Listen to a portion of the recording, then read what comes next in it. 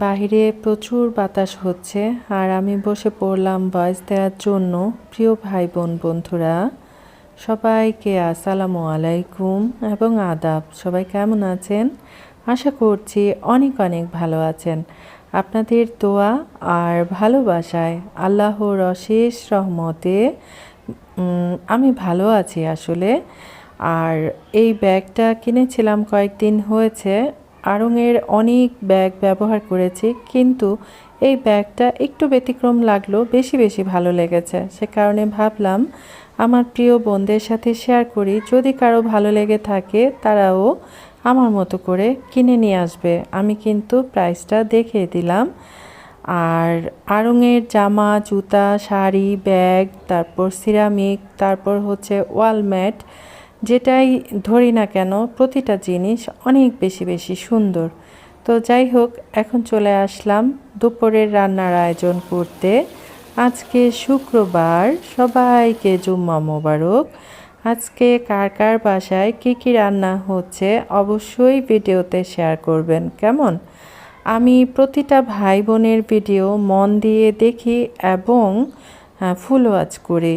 আর ঈদের দিন যে কি বলে রোস্টের মতো রান্না করেছিলাম, আসলে রোস্টের মতো কেন বললাম জানেন? আমার মেয়ে বড় বড় পিস একদম খেতে চায় না, সারাক্ষণ বলতে থাকবে মুরগি ছোট ছোট করে কাটবে, দেখতে ভালো লাগবে, খেতেও ভালো লাগবে, প্রয়োজনে 2-3 পিস করে খাবো। তা আমি প্রথমে মুরগিটার মধ্যে একটু লবণ দিয়েছি, তারপর মিষ্টি দই দিয়েছি। মিষ্টি দই দিয়ে চিকেন কি যে মজা, রোস্টের মতো করে রান্না করলে। তারপরে এখানে 2 টুকরা লেবু দিয়ে দিলাম।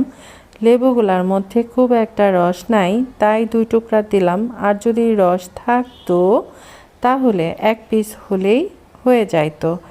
তো বাস এই হচ্ছে আপাতত উপকরণ। এখন এটাকে উল্টে পুল্টে খুব ভালো করে মিক্সড করে প্রায় 1.5 থেকে 2 ঘন্টা রেখে দিতে পারলে ভালো হয়, কিন্তু আমার হাতে আজকে খুব একটা সময় ছিল না, সে কারণে আমি ঘন্টাখানেক রেখেছিলাম আর কি।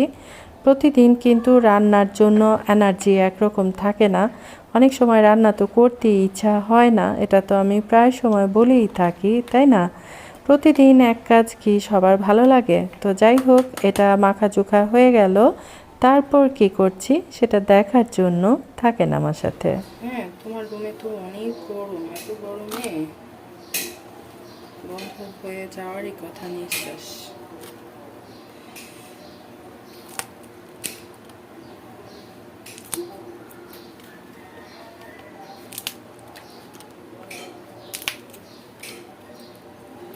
আদা রসুন বাটা আসলে ঈদের মধ্যে যে মুরগি দিয়ে রোস্ট রান্না করেছিলাম সেটা নাকি খুব বেশি মজাও হয়েছিল। সে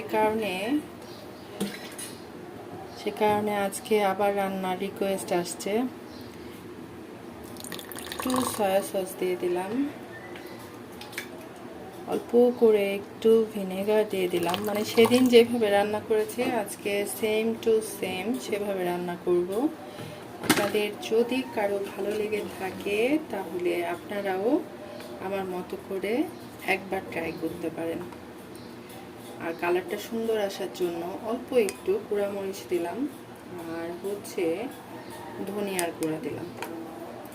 বাস, এই তো। আর কিছু কি বাদ গেল? ও সরি, একটু কিশমিশ দিতে হবে।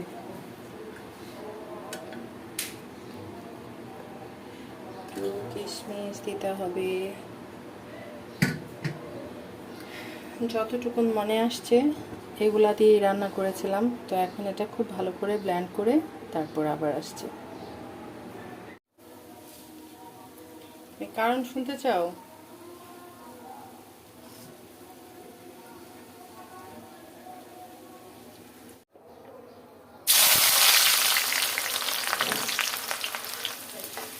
এটা পেঁয়াজের বেরেস্তা করার জন্য দিয়ে দিলাম। বেরেস্তাটা করে নেই, তারপর কি করছি সেটা দেখার জন্য থাকেন আমার সাথে।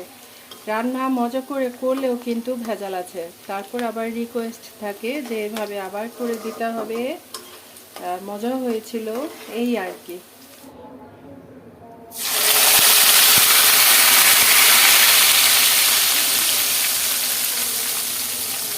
পরে এটা ধুয়ে দিয়ে দিব। এখন এটার মধ্যে কি দিব, একদম সহজ পদ্ধতি কিন্তু খেতে অনেক বেশি মজা। তুমি তো মা খেয়েছো, আর তুমি তো আম্মুকে রান্নার জন্য রিকোয়েস্ট করেছো। এই আঙ্কেল আন্টি ওনাদেরকে বলো তো কেমন হয়েছিল খেতে। অনেক মজা হয়েছে। তোমার তো গলায় জোরই নাই, কেউ শুনেই নাই। অনেক মজা হয়েছিল। অনেক মজা হয়েছিল, জোর করে বুঝেছেন, জোর করে। না, যেটা সত্যি সেটা বলো। আর পেঁয়াজের বেরেস্তাটা তুলতে তুলতে একটু বেশি লাল হয়ে গেল, কি যে যন্ত্রণা। না, একটু খেয়ে দেখবো না কেমন। আর কি যেন বলে এটা যেটার মধ্যে ব্ল্যান্ড করেছে, না ও যে দধি মুরগি মেখে রেখে দিয়েছে না, দধি আলাদা। না, মিষ্টি দই দিয়েছি না, মিষ্টি দই দিয়ে রান্না করলে অনেক বেশি মজা হয়। এটা দেখছো, এই যে এটা কতগুলা পানি দিয়ে দিলাম কষানোর জন্য। এখন এটা খুব ভালো করে অল্প আঁচে কষাবো, কারণ বেশি আঁচে কষাতে গেলে একদম চুলা টুলা মেখে বরবাদ হয়ে যায়। এখানে লবণ, আদা রসুন বাটা সব মশলা একসাথে দেওয়া হয়ে গেছে। খুবই সহজ পদ্ধতি কিন্তু অনেক বেশি ইয়াম্মি। নিজেরটা নিজেই বলে দিচ্ছি, কিছু করার নেই, তাই না? আচ্ছা, এটা কষানো হোক, থাকে না আমার সাথে। খুব সুন্দরভাবে দেখেন মশলাটা কষানো হয়ে গেছে। প্রায় 30 মিনিট ধরে আমি অল্প আঁচে রেখে ধীরে ধীরে মশলাটা কষাই নিয়েছি। তেলটা একদম সেপারেট হয়ে গেছে, এই যে দেখেন। ঠিক এই সময়ে এসে এই যে এখানে মুরগি দই দিয়ে লবণ আর হচ্ছে কি যেন লেবুর রস, এটা দিয়ে মেখে রেখেছিলাম, এটা দিয়ে দিলাম। এখন এটা উল্টে পুল্টে নাড়াচাড়া করে মিক্সড করে দিব। চিকেনটা দেখাতে দেখাতে প্রিয় ভাই বোন বন্ধুদের কাছে বিনীত অনুরোধ থাকবে, অবশ্যই অবশ্যই একটা লাইক করবেন। অনেক কষ্ট করে ভিডিও করি, আর ভিডিওর মধ্যে যদি লাইক সংখ্যা বেশি হয় তাহলে কিন্তু অনেক বেশি বেশি আনন্দ লাগে। আর কেউ যদি আমাকে বন্ধু করে থাকেন অবশ্যই অবশ্যই কমিউনিটিতে লেটার রাখবেন। দেখো কষাতে কষাতে একদম তেলটা কিন্তু ছেড়ে দিয়েছে। এ পর্যায়ে এসে কী করতে হবে, দুধটা ঢেলে দিতে হবে। পারবে দুধ ঢেলে দিতে?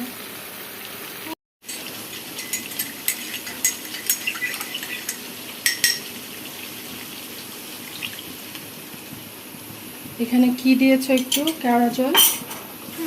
কেন দিলাম? সুন্দর শাহি ফ্লেভারের জন্য, তাই না? তুমি দিতে চাওনি, আমি দিতে বলেছি। হ্যাঁ, আমি কেওড়া জল এগুলো আমার কাছে খুব যে বেশি ভালো লাগে সেটা না, এখন তুমি বললা তাই দিলাম। মাংসটা কিন্তু এমনিতেই রান্না হয়ে গেছে, কিন্তু এখন মিল্ক দেওয়াতে একটু ক্রিমি ক্রিমি লাগবে। হ্যাঁ বাবা, কত কিছু জানে আমার মেয়ে। বাস এখন এটা অল্প আছে রান্না করে নেব, নামানোর আগে বেরেস্তা দিয়ে দিব, বাস হয়ে যাবে। আজকে আসলে ঘরে ঘি নাই, সেদিন যে খিচুড়ি রান্না করতে করতে দেখালাম না, ঘি শেষ হয়ে গেছে আর ঘিটা আনা হয় নাই। তো যাই হোক, এমনিতেও খারাপ লাগবে না, যাদের কাছে থাকবে তারা অবশ্যই ঘিটা দিয়ে দেবেন। কেমন ফাইনাল লুক দেখার জন্য থাকেন আমার সাথে। রান্নাটা একদম হয়ে গেছে, কিছু পেঁয়াজের বেরেস্তা দিয়ে দিলাম, তারপর এখন ঢাকনা দিয়ে ঢেকে রাখবো। আর এদিকে দেখো নিচে পোলাওটা, অল্প একটু চালের পোলাও, কিন্তু বড় একটা হাঁড়িতে বসাই দিয়েছি। চুলাটা একটু কমাই দিই। আর এটা কি করব, এখন কিছুটা সময় ঢাকনা দিয়ে ঢেকে রাখবো। কালারটা এখন বোঝা যাবে না, এটা পরে বোঝা যাবে, যখন একটু ঠান্ডা হবে তখন। আজকে শুক্রবার হলেও কিন্তু খুব ছিমছাম রান্না। আলু সিদ্ধ করে নিয়েছিলাম আলুর কাবাব বানানোর জন্য, আর এই তো পোলাওটার মধ্যে একটু কিশমিশ দিয়ে দিয়েছিলাম।